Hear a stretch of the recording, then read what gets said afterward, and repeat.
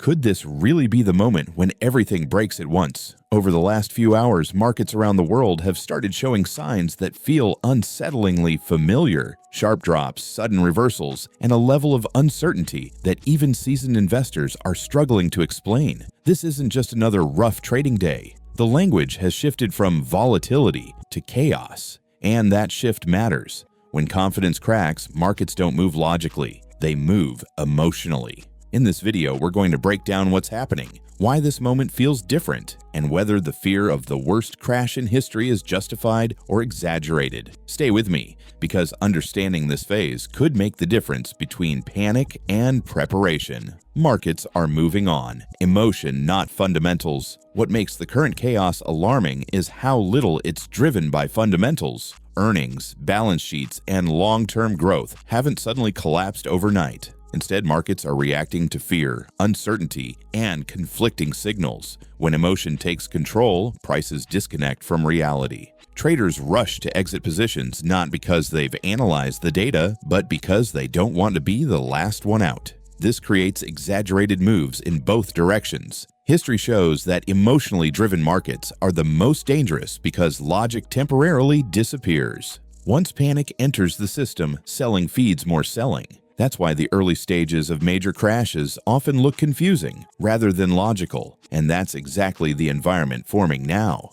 Liquidity is thinning faster than expected. One of the earliest warning signs of a serious crash is thinning liquidity. Right now, buyers are stepping back while sellers are rushing forward. That imbalance causes sharp price drops with relatively little volume. When liquidity dries up, markets become fragile. Even small shocks create outsized reactions. Institutions depend on smooth liquidity to manage risk, and when it disappears, defensive behavior escalates. Bid-ask spreads widen, volatility spikes, and confidence erodes. This isn't always visible to everyday investors, but professionals notice immediately. Thin liquidity doesn't cause crashes by itself, but it makes markets highly vulnerable. If fear accelerates, this lack of depth can turn normal corrections into historic collapses. Leverage is quietly becoming the biggest threat. Leverage magnifies everything, profits during calm periods and losses during chaos. Right now, excessive leverage across multiple markets is starting to unwind. Margin calls don't wait for clarity, they force selling immediately.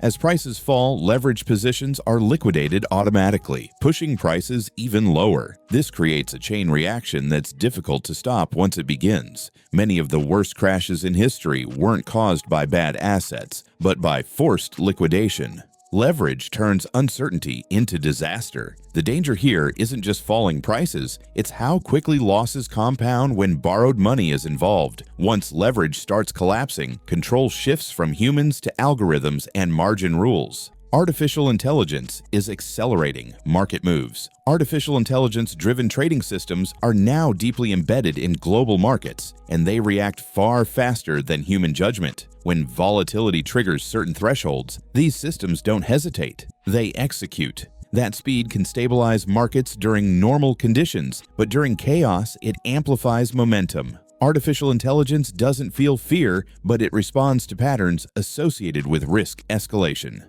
When multiple systems interpret the same signal simultaneously, movements become synchronized and extreme. This doesn't mean artificial intelligence is causing the crash, but it is accelerating it. Markets today can fall faster than ever before, not because fundamentals changed, but because automation compresses reaction time to near zero.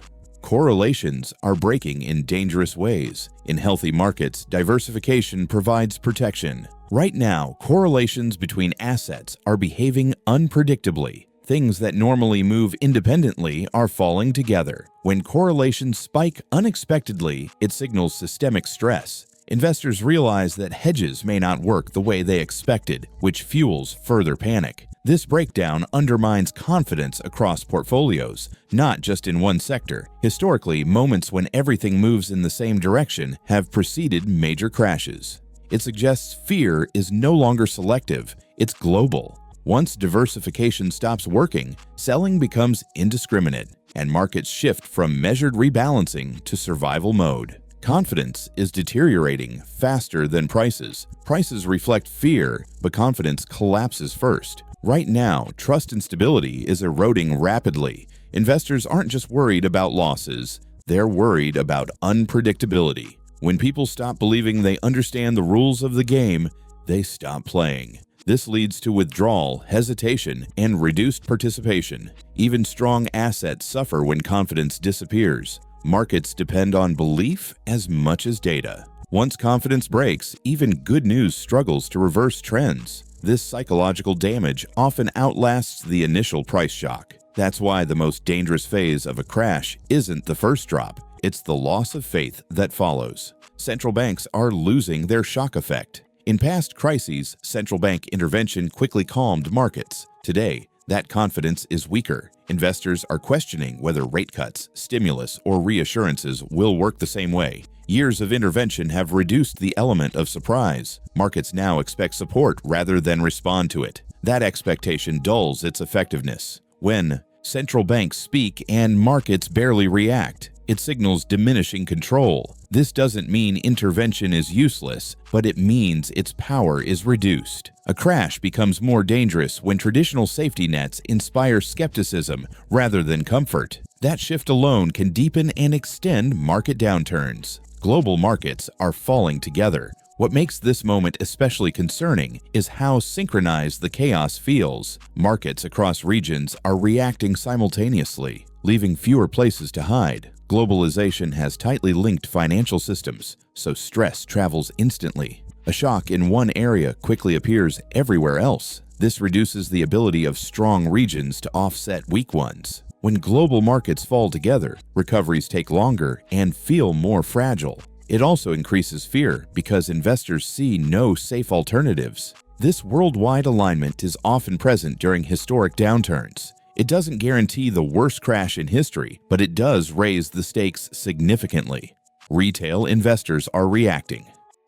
Late retail investors often enter panic phases later than institutions. Right now, signs suggest that individual investors are just beginning to react emotionally. This is important because widespread retail fear usually appears after initial declines, not before them. When late-stage panic selling begins, volatility increases sharply. Many sell near lows, locking in losses and reinforcing downward momentum.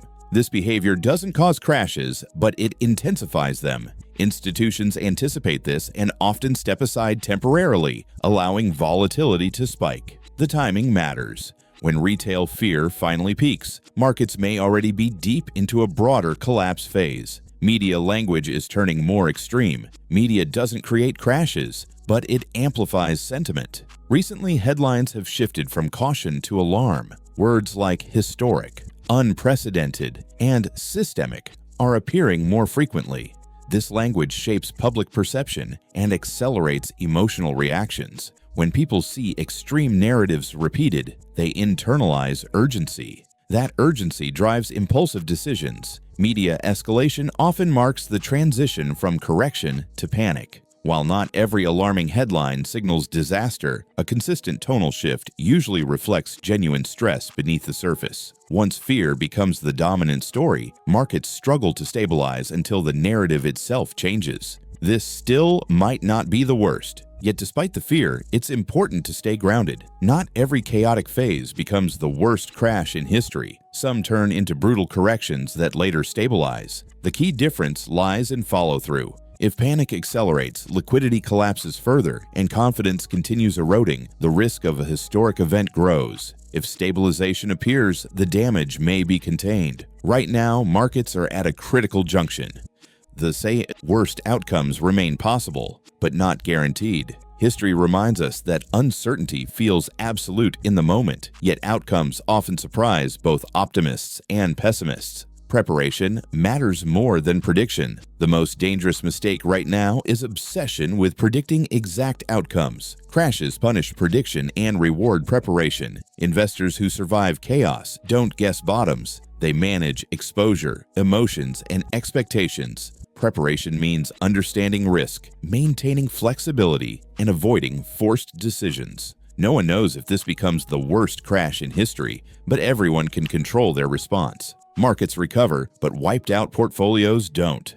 This phase will test discipline more than intelligence. Staying calm, informed, and patient often matters more than reacting quickly. Chaos creates opportunity only for those who remain standing long enough to see it. What we're witnessing right now is a market at war with itself. Fear versus fundamentals, emotion versus discipline. Whether this becomes the worst crash in history or a defining correction, one truth remains clear: panic destroys faster than prices ever could. Understanding what's happening gives you an edge when uncertainty dominates. If this breakdown helped bring clarity to a chaotic moment, support the channel by liking, sharing, and subscribing so more people can think rationally in times like these. Leave a comment with your perspective. Conversations matter during volatile periods. Stay prepared, stay aware, and stay connected, because the next phase of this market story is already unfolding.